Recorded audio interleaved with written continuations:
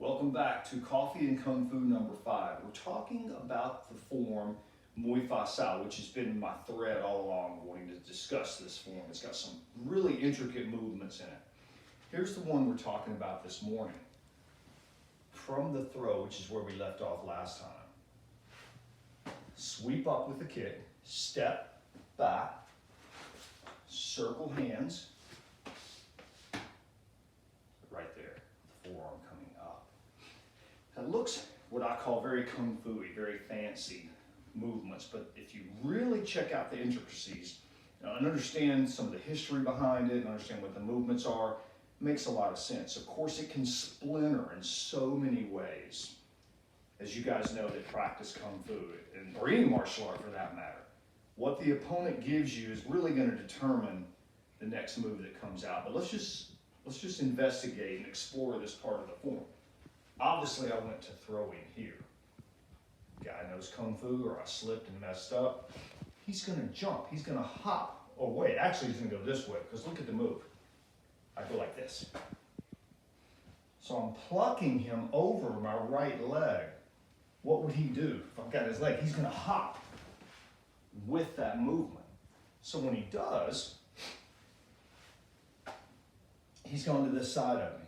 Now, some of you may be thinking, wouldn't you just spin in that direction? You could, but check this out. I really like this. Here, notice in the form, the foot doesn't stop. Here, it goes straight back. So what that tells me, the guy hopped. He's already behind me. My foot goes back and I turn to engage that quick, being able to twist. Which is a great transition of the stances. My hands are up. He's coming at me with another strike or lunging. This is where the hidden step comes in. The deceptive mantis footwork. Pulling again now. Sweeping down. What is all that? It could be several different aspects of fighting. When I go here, I'm trying to sweep him again, correct? What happens? Again, he hops forward.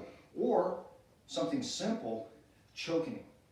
I've grabbed him here. This whole swinging motion, shorten it for a choke. You could grab the head. You could even grab the head if you had to, if it's a really life or death situation.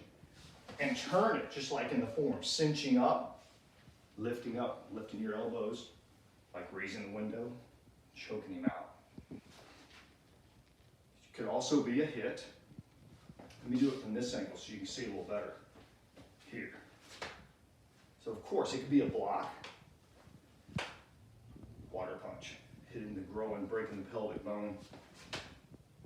Going here. What happens if he grabbed my wrist? Like a chin out, reversing it. Swinging his arm around, locking him up.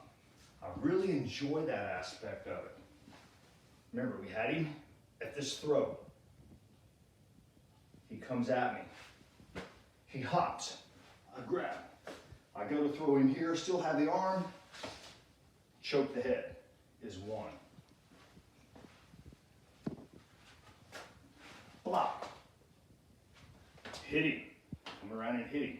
Knocking him out. So you have all these big movements, but they're really catered to him or your opponent. Could be a her as well. Your opponent attacking you. Depends on what they're doing.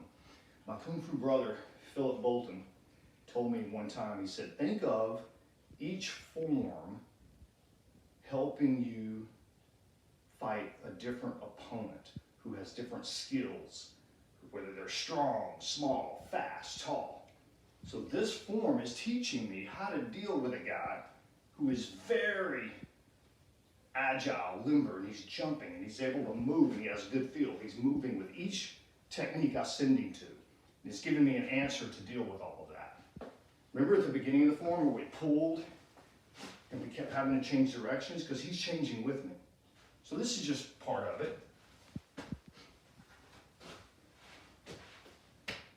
Right there.